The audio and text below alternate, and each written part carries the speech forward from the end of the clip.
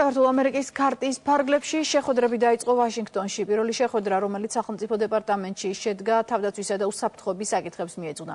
მოლაპარაკებას დავით ზალკანიანი და მიხეილ დარჩიაშვილი ესწრებოდნენ. ამერიკულ მხარეს კი შეხვედრაზე თავდაცვის მდივნისა და სახელმწიფო მდივნის თანაშემწეები ესწრებოდნენ. განხილეს ქვეყნებს შორის თავდაცვის სფეროში თანამშრომლობა ასევე ვითარება სამხრეთ კავკასიაში უსაფრთხოების კუთხით და საქართველოს მცდელობები ნატოსთან დასაახლოებლად. შეხვედრები ვაშინგტონში კვირის ბოლომდე გაგრძელდება. ჩვენ შევაფასეთ თავდაცვის სფეროში ორი ქვეყნის ურთიერთობები, რომელიც საკმაოდ მჭიდრო და განვითარებადია. ვისაუბრეთ იმაზეც, თუ როგორ შეიძლება გავაძლიეროთ საქართველოს თავდაცვა, რათა მოხდეს სამხედრო სფეროს რეფორმა და ქართული ჯარები იყვნენ მზად ჩვენთან თანამშრომლობისთვის. ჩვენ ვისაუბრეთ შეერთებული შტატების ხარდაჭერაზე საქართველოს ტერიტორიული მთლიანობისადმი.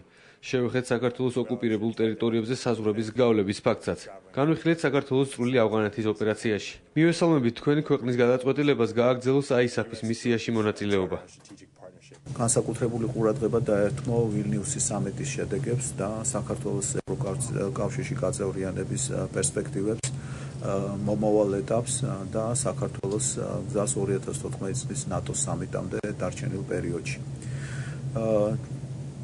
საუბარი იყო ასევე რეგიონალური უსაფრთხოების საკითხებზე და ამ კონტექსტში განხილული იყო რუსეთის მიერ საქართველოს ოკუპირებულ რეგიონებში არსებული მდგომარეობა და 2008 წლის 12 აგვისტოს ცეცხლის შეწყვეტის შეთანხმების შესრულების მდგომარეობა. ვისაუბრეთ საქართველოს მონაწილეობაზე ნატოს მიერ წარმოებულ ISAF-ის ოპერაციაში ავღანეთში ჩვენს ამერიკელ პარტნიორებს დაუდასტურეთ ჩვენი მზადყოფნა.